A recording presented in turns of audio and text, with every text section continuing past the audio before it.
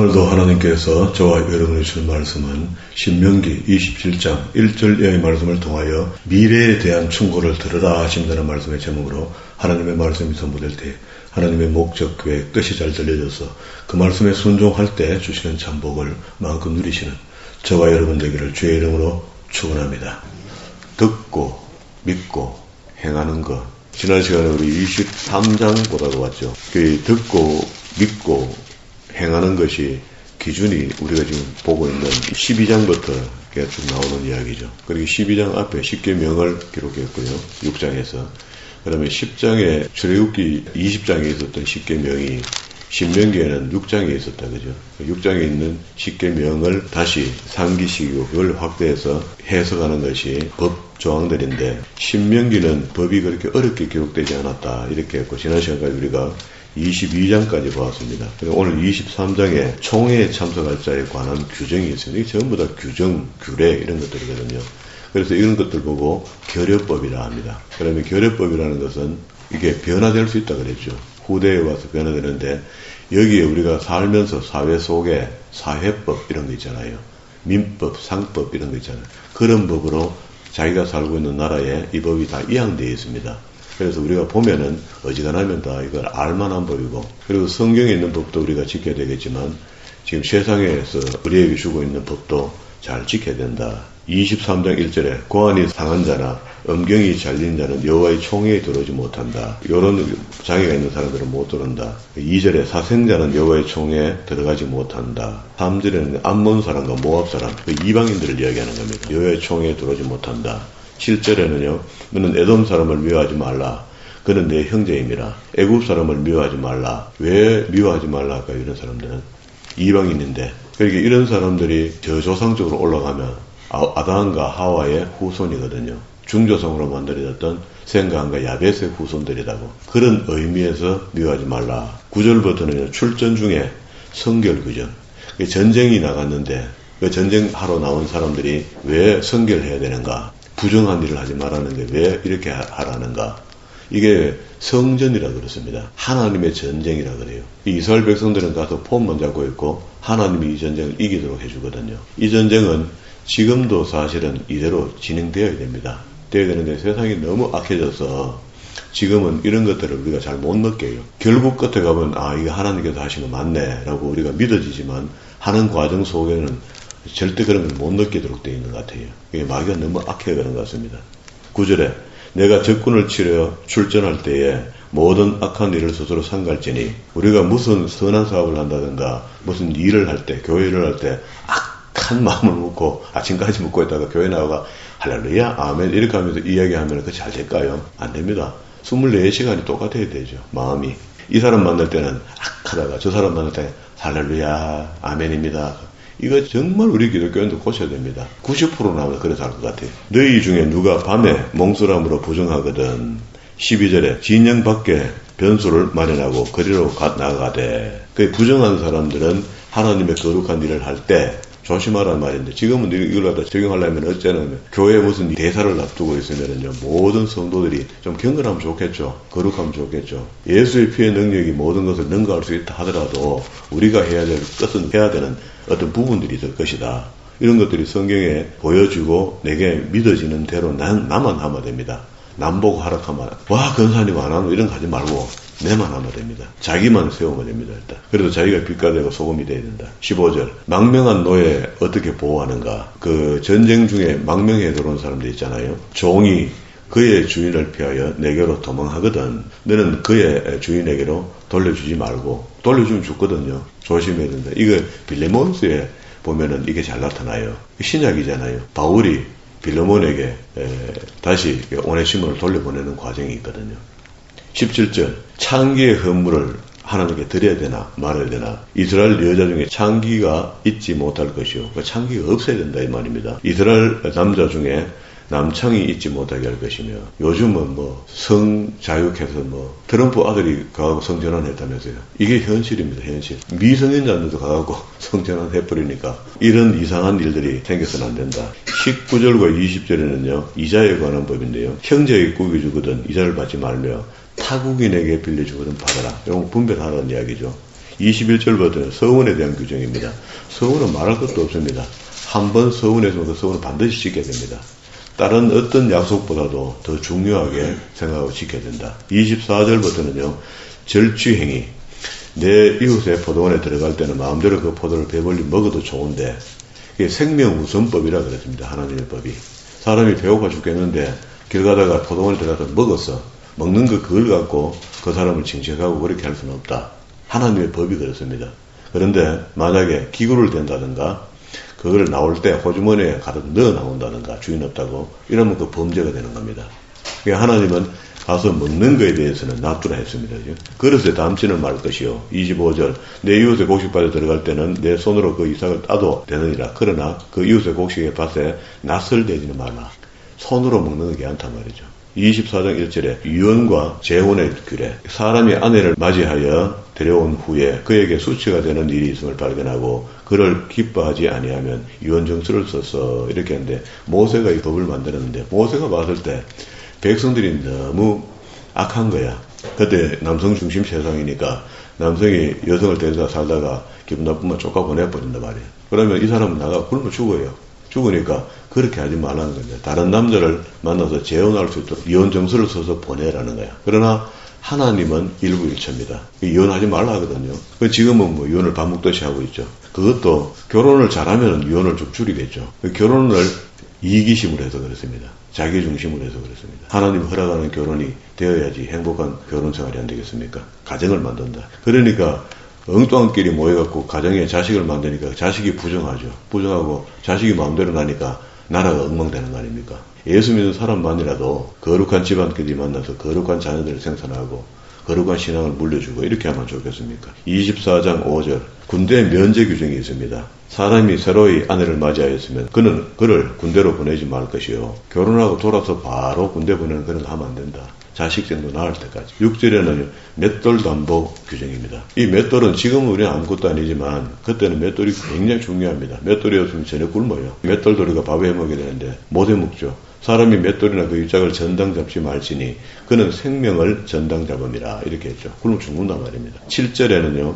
유괴범 이거는 뭐 말할 것도 없고 그때나 지금이나 아주 나쁜 겁니다. 이제. 8절에는 남용에 대한 규정이 있습니다. 이거는 그 레위기 13장 14장에 들어가면은 그 당시에는 의사 역할을 했던 사람들이 제사장들이니까 제사장들에게 보여서 판정받도록 한다. 지금은 뭐 병원이 잘 돼서 병원 가면 되겠죠. 또 믿음으로 또 기도원 간다 하고 이러면 안 됩니다. 일단 병원 가서 진단받고 이러이러한 병이 내게 왔는데 하나님 이 병 내게 좀 낫게 해주세요 하고 그래 치료도 열심히 받고 기도도 열심히 해라. 24장 10절에 가난한 자를 위한 규례인데요.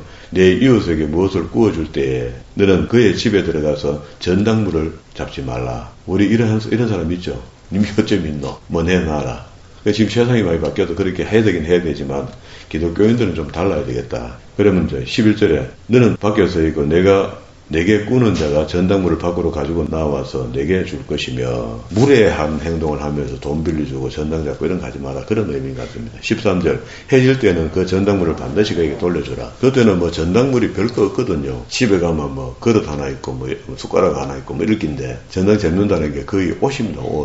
옷이 너무너무 귀하니까. 그러면 옷을 전당 잡았는데 저녁에 안 주면 그 사람은 밤에 얼어 죽습니다. 기온이 확 떨어지니까. 그래 해지기 전에 돈을 안 돌려줘도 그 옷을 돌려주라. 그런 의미가 됩니다. 14절에 곤궁하고 비난한 품꾼은 너희 형제든지 내 땅에 성문 안에 우가든지 개기든지 그를 학대하지 말며 그 품삯을 하루하루 벌어먹고 사는 사람들을 우리 한 달 하자 이렇게 하면서 한 달 동안 아무도 못 묻도록 하고 어렵게 살도록 오히려 이상하게 만드는 것. 당일에 일당은 당일 주라. 그런 이야기입니다. 그러면 다시 이야기하면 배려하란 말이죠. 자기 수하에 들어와서 일하는 노동자들을 배려할 수 있는 마음이 주인에게 있으면 좋겠죠. 16절에는요, 연대법입니다. 그 연대법이라는 거 지금 우리가 이 용어를 잘 쓰잖아요. 공산주의 했던 사람이 그 자녀들이 공산주의 연대가 되면은요, 그 자식들도 공산주의자처럼 취급받는다. 그런 이야기입니다. 그런 게 없다. 아버지는 그 자식으로 말미암아 죽임을 당하지 않을 것이요. 자식들은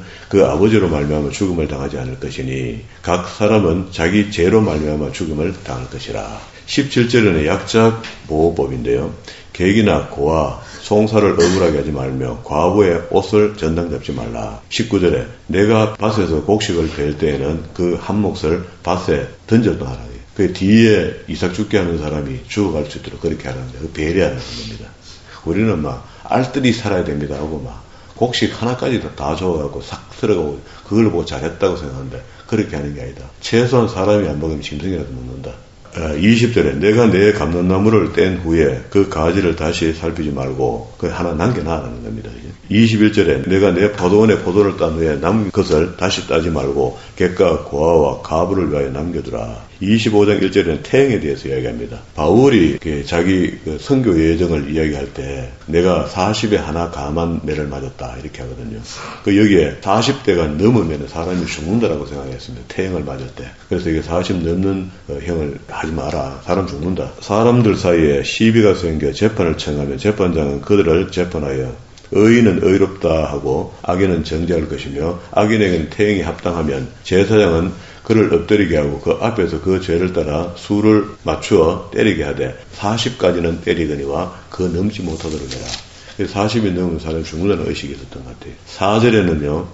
대가에 대한 규정인데 곡식을 떠는 소에게 망을 씌우지 말라 이렇게 했습니다. 그러니까 이걸 갖다가 목사님들이 교회에서 이걸 많이 적용하거든요. 와 목사를 무임으로 써놓고 이렇게 할 때 이 이야기를 하거든요. 맞는 말 맞습니다. 그런데 목사가 직접 이 말 하면 참 민망하죠. 나 내 월급 안 주는 이 말이잖아요. 그게 이제 말씀의 규정에 의해서 말씀을 듣고 영적으로 케어받는 성도들 입장에서 보리 한 우물이라도 가져와서 목사님 섬기는 거 그거 이야기하는 겁니다. 지금 이제 현대 시대가 되었으니까 돈으로 이걸 해결해야 되니까 월급 주는 택 이렇게 되고 이렇게 하죠. 생각을 좀 바꿔야 된다, 그죠? 그러면은 편하다. 5절에는요, 계대결혼법입니다. 이 계대결혼법은 형제들이 함께 사는데 그 중에 하나가 죽고 아들이었거든. 그 죽은 자의 아내는 나아가서 타인에게 시집가지 말 것이요. 그의 남편의 형제에게 들어가서 자손을 잇는다. 이런 말입니다.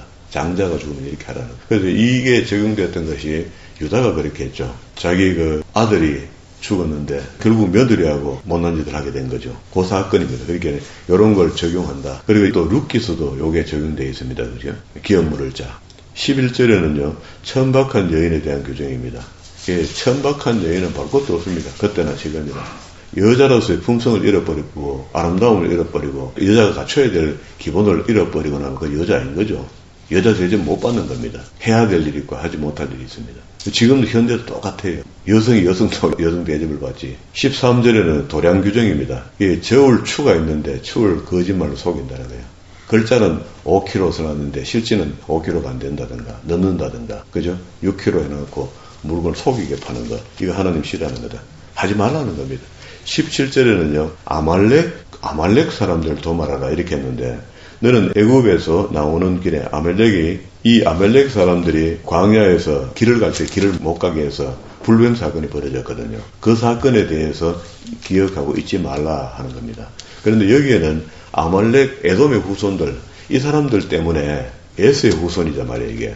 그런데 이 사람들이 뭐 잘못됐다 이게 문제가 아니고 그 사람들과 함께하고는 마귀입니다. 마귀. 사단이 하나님의 백성들이 가는 길을 막아갖고 불뱀 사건을 일으켜 하나님께 불평하도록 만들었단 말이죠. 그런 일들이 안 생기도록 하라는 거예요. 그게 의미가 더 큰지 여기 이 사람들을 이 종족들을 죽여라 이게 이런 내용이 아닌 것 같아요. 그죠? 그러면 그들과 함께하는 아말렉의 악의 줄기를 배척해라 뭐 그런 말이겠죠. 26장 1절에는요. 믿음을 바칠 때에 신앙 고백이다. 내 하나님 여호와께서 내게 기업으로 주어 차지하게 하실 땅에 들어가서는 거기서 거주할 때 2절 내 하나님 여호와께서 내게 주시는 땅에서 그 토지의 모든 소산의 만물을 거둔 후에 가져다가 강조하지 않고 내 하나님 여호와께서 그의 이름을 두시려고 택하신 곳 그 성막이 있는 곳이죠. 그때는 그럼 나중에 지나면 나중에 예루살렘 성전터가 될 것이고 택하신 곳으로 그것을 가지고 가서 그때 제사장들이 나아가 그에게 이르고 내가 오늘 당신의 하나님 여호와께 아뢰오니이다. 내가 여호와께서 우리에게 주시겠다고 우리 조상들에게 맹세하신 땅에 이르러나이다 할 것이요. 제사장은 내 손으로 그 광주를 받아 내 하나님 여호와의 제단 앞에 놓을 것이며 너는 또 하나님 여호와 앞에 아뢰기를 내 조상은 방랑하는 아람 사람으로 애굽에 내려가서 거기에서 소수로 거류하였더니 거기에 크고 강한 번성한 민족 중간에 한번 왕조가 바뀌었거든요. 바뀔 때 이제 억압하기 시작한 겁니다. 애굽에서. 7절에 우리가 우리 조상의 하나님 여호와께 부르셨더니 여호와께서 구출해줬죠. 인도하여 내시고 9절 이곳으로 인도하여서 이 땅에 적과 꿀이 흐르는 땅으로 주셨나이다. 여호와여 이제 내가 주께서 내게 주신 토지 소산의 만물을 가져왔나이다 하고 너는 그것을 내 하나님 여호와 앞에 두고 내 하나님 여호와의 앞에 경배할 것이며 이렇게 되니까 이제 천물을 이야기하는 겁니다. 매년 첫 것을 하나님께 드린다. 이거는 저는 목회자이기 때문에가 아니고 할 수만 있다면은 행편이 된다면 조건이 맞는다면은 이 첫 열매에 대해서는 조금 기억하면 좋겠어요. 하나님 앞에 지금 뭐 아들을 갖다 바칠 곳이 없잖아요. 받는 것도 없고 맞이라고 하나님께 드릴 수 없잖아요. 구약에서는 맞이를 하나님께 드리고 다시 돈으로 세켈로 사서 돌아옵니다. 아니면은 레위로 사용받게 하든지 천물 만물 드리는 거 그거 이야기하는 겁니다. 12절에는요 구제 11조 이야기합니다. 우린 11조를 매년 이때 절기 때에 11조를 정해서 내잖아요. 이 사람들이.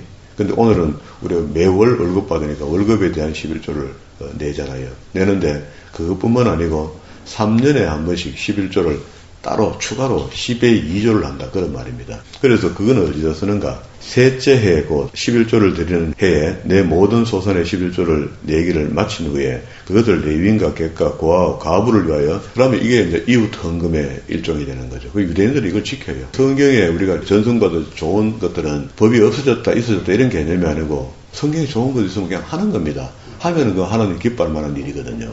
근데 그걸 갖다가 또 하나님 기뻐하니까 틀림없이 나한테 복 줄 거야 하고 틀림없이 금덩이가 하늘에 떨어지게 만들 거니까 나 이거 한다.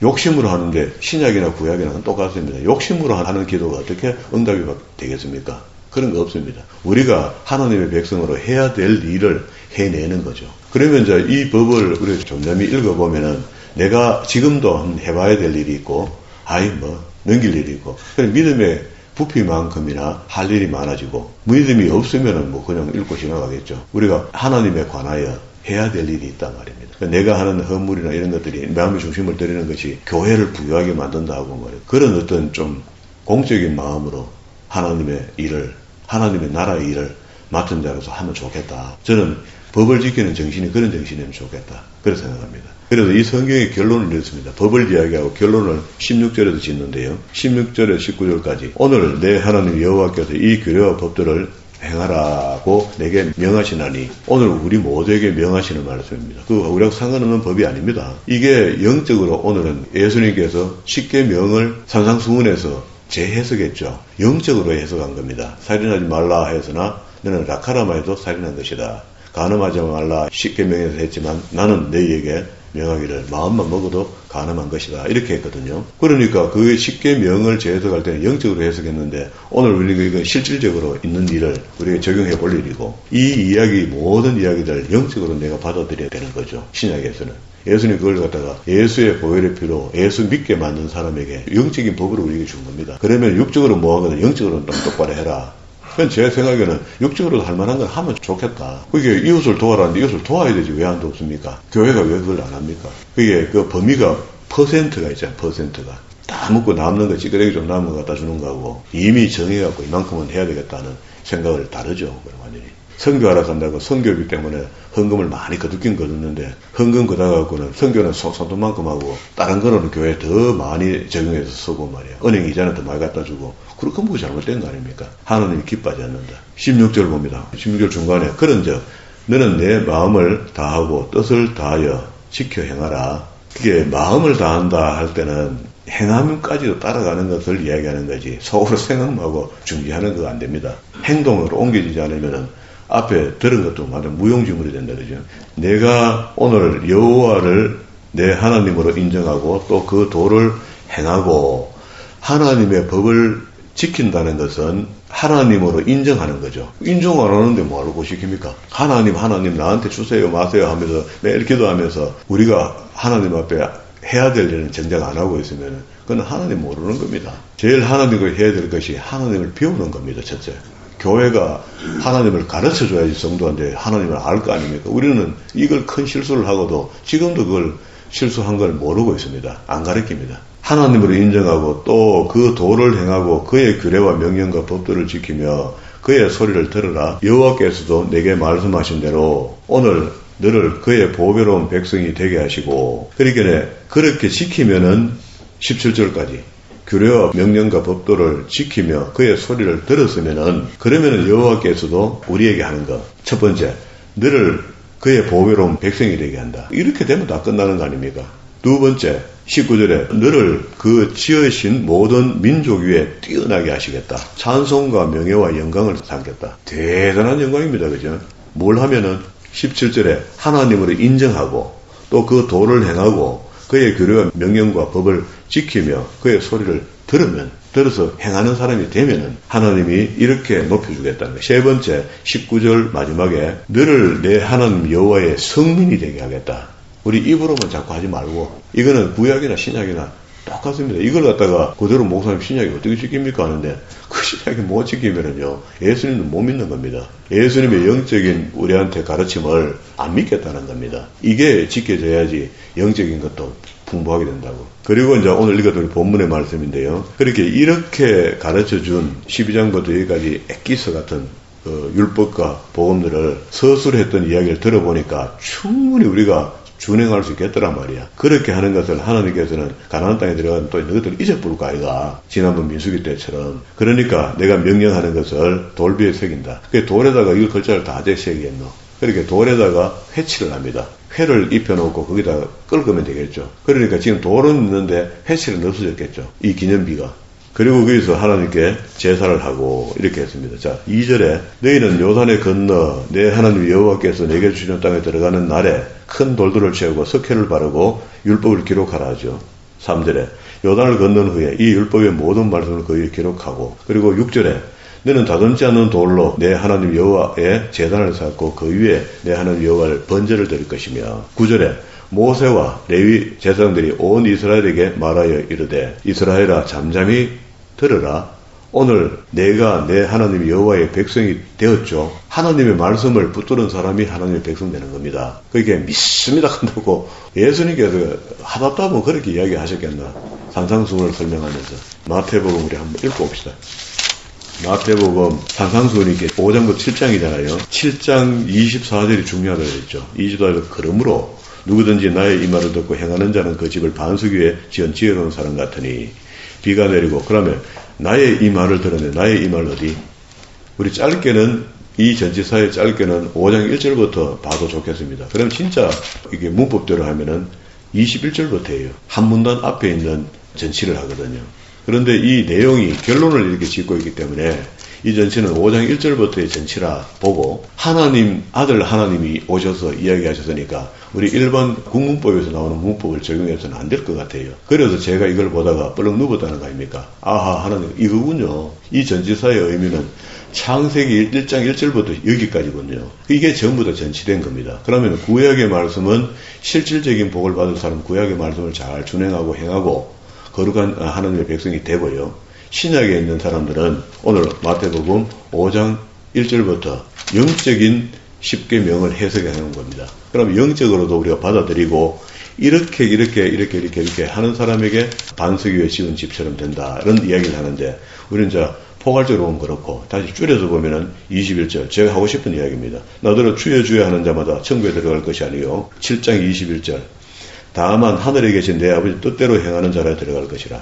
그날에 많은 사람들이 나더러 주여 우리가 주의 이름으로 선지한 노릇을 하였으며 주의 이름으로 귀신을 쫓아내며 주의 이름으로 많은 권능을 행치 아니하였나이까 하리니, 그때에 내가 그에게 주님께서 말씀하시기를 심판주로 오셨을 때 우리가 이야기하신다는 겁니다.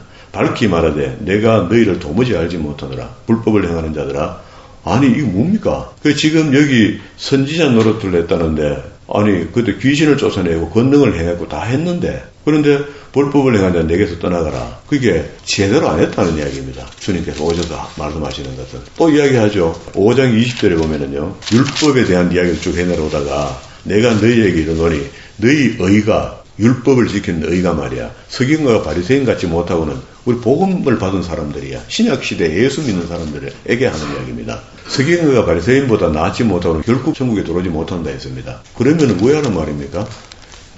율법을 지키되 여기는 서기관과 바리새인만큼 우리도 배워야 되고 공부해야 되는 것이고, 신약에 예수님께서 이걸 프리페이스로 구원받은 사람으로 인정하는 것이 영적으로 이해하는 사람들을 받아들이는 거 아닙니까? 그리고 예수 그리스도를 믿는데 아무것도 없는데 그냥 예수 그리스도를 믿고 그의 피가 안 보이는데 그의 피가 내 죄를 사해졌다고 믿는 게 우리 믿음이잖아요. 그러면 그 근거를 어디에 두고 있습니까? 그분이 언제 어떻게 오신다고 기록해놓은 책이 어디 있습니까? 구약에 있습니다. 오실 메시아에 대한 이야기가 구약, 오신 메시아에 대한 이야기가 신약. 그러니까 육과 영이 다 이게 공부가 안 되는데 어떻게 하나님을 안다 하겠습니까? 하나님 모르죠. 그래갖고는요. 자, 이러고 다시 우리 본문으로 돌아갑시다. 그러면 이제 오늘 읽었던 본문의 말씀 10절에 그런즉 내 하나님 여호와의 말씀을 청종하여 내가 오늘 내게 명하는 명령과 규례를 행하는 사람입니다. 행하는 사람. 어렵다. 고 이야기하는 사람들은 성경을 읽어보면 절대 그게 부끄러운 말이라는 걸 알아야 돼요. 이 말씀이 31장에 안 가보세요. 뒤에 보면은 그게 좀 누군가 캤을까봐 모압병기에 모였던 사람 중에 30장 11절 내가 오늘 내게 명한 명령은 어려운 것도 아니요 먼 것도 아니라 하늘에 있는 것도 아니니 내가 이르기를 누가 우리를 위하여 하늘에 올라가서 그 명령을 우리에게 가지고 와서 우리에게 들려 행하게 할까 할 것이 아니요 이것이 바다 밖에 있는 것이 아니니 내가 이르기를 누가 우리를 위하여 바다 건너가서 그 명령을 우리에게 가지고 와서 우리에게 들려 행하게 하랴 할 것도 아니다. 14절 오직 그 말씀이 내게 매우 가까워서 내 입에 있으며 내 마음에 있은즉 할렐루야. 하나님께서 우리에게 원초적인 법으로 우리 마음속에 새겨준 게 있어요. 메모리 시켜준 게 있다고. 그래서 우리가 하나님을 제대로 만나면은 마귀를 만나면 그걸 활용할 것이고 하나님을 만나면 이게 덜추어진다는 말이야.